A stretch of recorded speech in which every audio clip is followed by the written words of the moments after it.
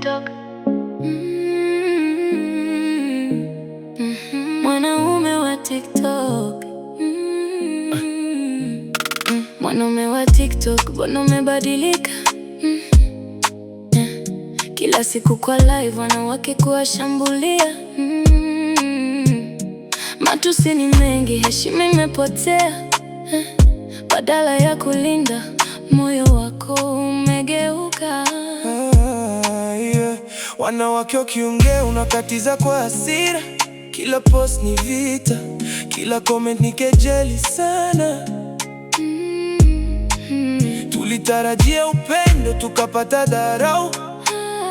Mbona sauti yako imejaa maneno ya maumivu? Dada tulia kidogo, usihukumu wote.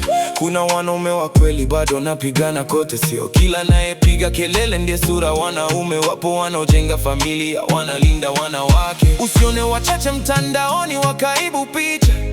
Bado kuna wenye maadili, wanaobeba msalaba mzito. Wanaume heshima, hawapendi kudhalilisha. Wanajua mwanamke ni mama, dada na kiongozi. Mwanaume wa TikTok, mbona una hasira? Kwa nini kila neno lako ni kama risasi za moto? Tulitaka heshima, tulitaka mapenzi, sio matusi kila siku kwenye mitandao. Lakini usiseme wanaume wote ni wabaya.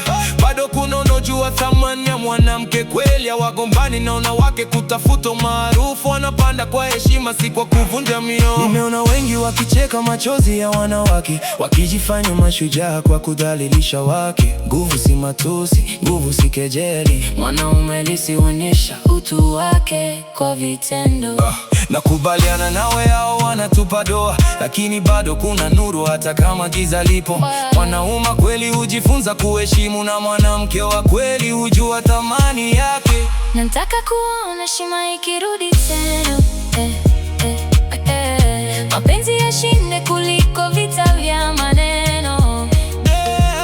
Nataka kuona heshima ikirudi tena. Mapenzi yashinde. Mapenzi yashinde kuliko vita vya maneno. Na wanaume wa kweli wasimame wazi, kuonyesha dunia kuwa utu bado upo. TikTok si vita, TikTok si dharau. Tujenge jamii yenye upendo na amani. Mwanamke aheshimiwe, mwanaume aheshimiwe. Tukisimama pamoja, dunia itabadilika.